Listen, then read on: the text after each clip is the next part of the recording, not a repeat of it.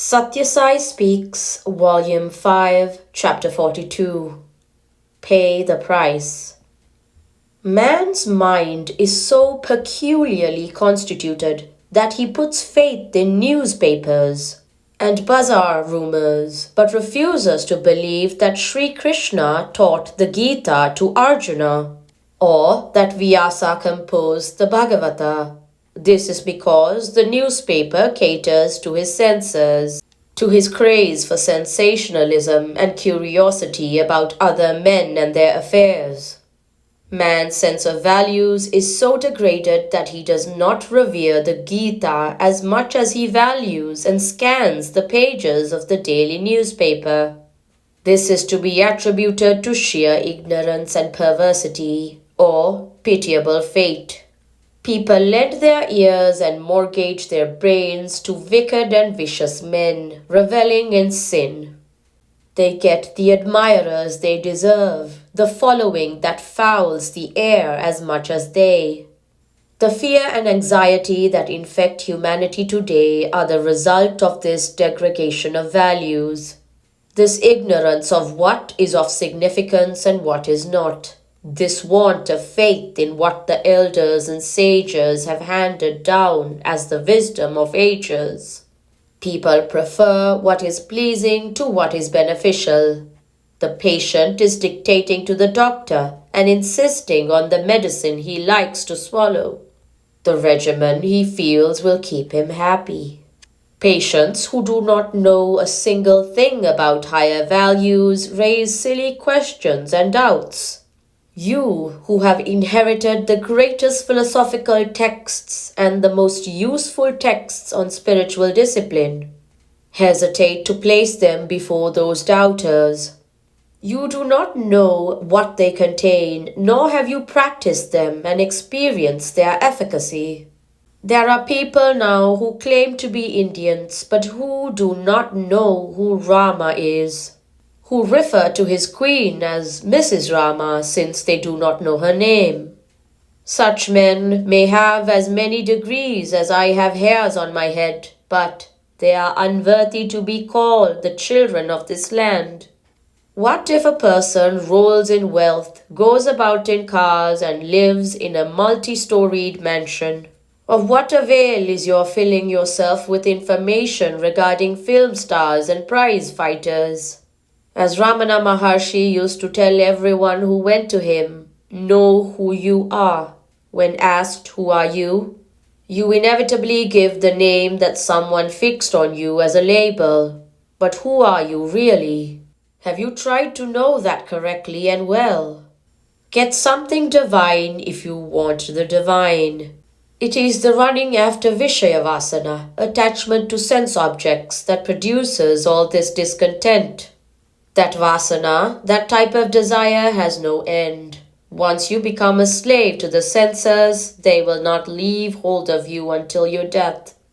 It is an unquenchable thirst, but I call you to me and even grant worldly boon so that you may turn Godward. No avatara has done like this before, going among the people, the masses, the millions, and counseling them, guiding them, consoling them, uplifting them, directing them along the path of Satya, Dharma, Shanti and Prema. You must have wondered why I have prohibited you from bringing flowers and fruits and other offerings. You argue that the Gita requires that you must bring at least these when you come to the Lord. That when going to the presence of elders and saints, one should not go empty-handed. Here, in this Prashanti Nilayam, Patram, Pushpam, Phalam and Thoyam, leaf, flower, fruit and water, all the four should not be brought by devotees. Of course, I accept your offerings. But I take another four, Satya, Dharma, Shanti and Prema, truth, virtue, peace and love. Bring me these or any one of these, and I shall most gladly accept the gift. When you demand a thing, you must be prepared to pay the price equal to its value. You cannot bargain a costly Banaras sari for 1 paisa. Give something divine if you want the divine. Prema, Shanti, Dharma, and Satya are divine. Do not try to get it for a flower that fades, a fruit that rots, a leaf that dries, water that evaporates. There are some who write and speak as if they have known me, all that is to be known of me. Well, I can only say this. They can never know me and my nature. Even if they are born and reborn 1,000 times, to know me one has to be like me. Rise to this height. Can ants discover the depth of the ocean? God can be won over only by prema. My activities and movements will never be altered, whoever may pass whatever opinion on them. Meanness may prompt people to remark on my dress, this gown of color, or they may talk cynically of my hair, but I shall not be affected a bit. My discourses, my plans for Dharma Sthapana, establishment of Dharma, my movements I shall not modify at all. I have stuck to this determination since 26 years, and I am engaged in the task for which I have come, to inculcate the path of Prashanti. I shall not stop, nor retract a step. Does a person become holier by wearing rags? Of course, this calumny by mean men who cannot endure the brilliance of the sun has been with me in all the yugas. A fellow, puffed up with pride and envy, dressed himself like Krishna and fixed wooden hands holding Ganda and Chakra.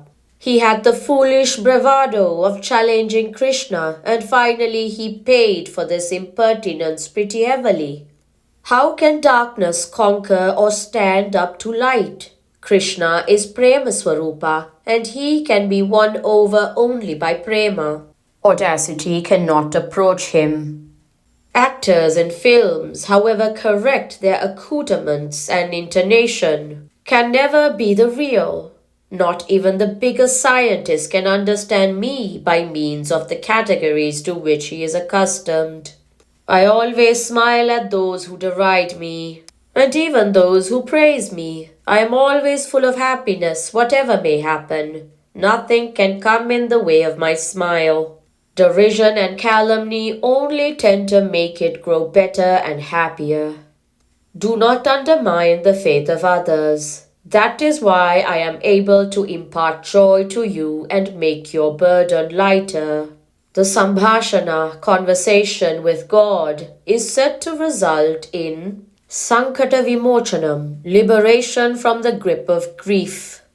Consider the relief that you experience after conversation with me and dwell upon that joy. That is enough to give you peace.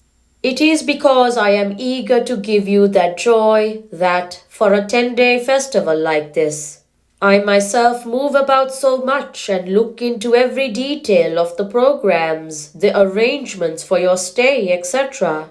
Not that there is no one who would do this gladly and well. But watch me now. I appear as if I am not worried at all. I am without arty care. I appear as if responsibility sits very light on me or not at all. The Lord is like the lotus, unaffected by the environment where he is. That is the reason why his eyes, his face, his feet are all compared to the lotus. Do not discard the one form and one name, the form and name you have selected when someone's tongue wags. Hold fast and save yourselves. Do not compare and cavil at others' Ishtadevatas, chosen deities. It is wrong to undermine the faith of another and to disturb your own. Faith is a plant of slow growth. Its roots go deep into the heart. Silence is the best sadhana to guard faith. That is why I insist on silence here also as a first step in sadhana for you. I am telling you all this not to inform you about me, but to strengthen you and render your faith firm. Prashanti Nilayam, Dasara, September 30th, 1965. Establish the status of the mother in the home. as the upholder of spiritual ideals and therefore the guru of the children. Every mother must share in this effort, the expansion and steady manifestation of God consciousness latent in every child. Sri Sathya Sai Baba.